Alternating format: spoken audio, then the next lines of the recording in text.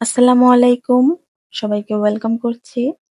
আশা করছি সবাই ভালো আছেন। যে রেসিপিটা শেয়ার করতে যাচ্ছি, এটার ব্যবহার বলে শেষ করা যাবে না। এটা খুবই পরিচিত আর খুব সহজ একটা রেসিপি। Chilli oil. প্রথমেই বলেছি এর ব্যবহার বলে শেষ করা যাবে না।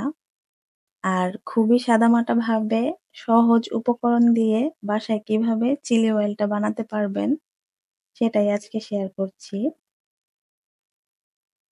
এই চিলি অয়েলটা বানাতে যেই উপকরণগুলো আমি নিয়েছি, এই উপকরণগুলো প্রায় প্রতিটা বাসায় এভেলেবেল থাকে। তো এজন্যই আমার মনে হয় যে এই চিলি অয়েলটা বানিয়ে বাসায় খুবই সহজে সংরক্ষণ করতে পারবেন। আর যেকোনো ধরনের ফাস্ট ফুড, তারপরে হচ্ছে নুডলস, পাস্তা, রামেন, তারপরে চিকেন আইটেম, সব ধরনের খাবারগুলোতে এই চিলি অয়েলটা কিন্তু খুবই সুন্দর করে ব্যবহার করা যায়। আর এর টেস্টটাও কিন্তু খুব ভালো হয়। তো এখানে আমি অল্প পরিমাণে বানিয়ে নিচ্ছি। যেহেতু আমি খুব বেশি ঝাল খেতে পারি না, এজন্য আমার মতো মানুষের জন্য অল্প একটু বানিয়ে রাখাই ভালো। যারা ঝাল খুব বেশি খেতে পারেন, তাদের জন্য তো এই রেসিপিটা একদমই বেস্ট।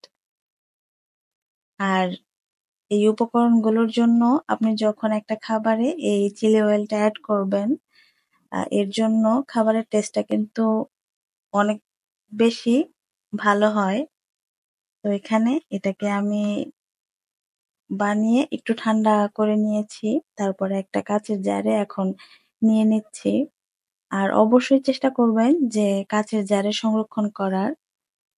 কাঁচের জারে খাবার সংরক্ষণ করলে দীর্ঘদিন ভালো থাকে। আর এই চিলি অয়েলটা নরমাল ফ্রিজে ৬ মাস পর্যন্ত সংরক্ষণ করতে পারবেন। যদি সুন্দর করে ব্যবহার করেন। মানে হচ্ছে ভেজা চামচ, তারপরে হচ্ছে যদি পানির সংস্পর্শ না লাগে সেক্ষেত্রে ৬ মাস পর্যন্ত এটা স্টোর করে রাখতে পারবেন। তাই আমি বলবো যে ঝটপট এই চিলি অয়েলটা বানিয়ে ফেলুন আর সংরক্ষণ করুন। কারণ এর পরের যেই ভিডিওগুলো আসবে আমি কিন্তু চিলি অয়েল দিয়ে বিভিন্ন ধরনের খাবার রেডি করে সেগুলো আপনাদের সাথে শেয়ার করব। এভাবেই ছোট, ছোট কাজগুলো যদি আগে থেকে একটু রেডি করে রাখেন বা আ প্রিপারেশনটা নিয়ে রাখেন, তাহলেই কিন্তু রান্নার কাজটা সহজ হয় আর তাড়াতাড়িও হয়ে যায়। সেক্ষেত্রে কষ্টটাও অনেক কমে যায়।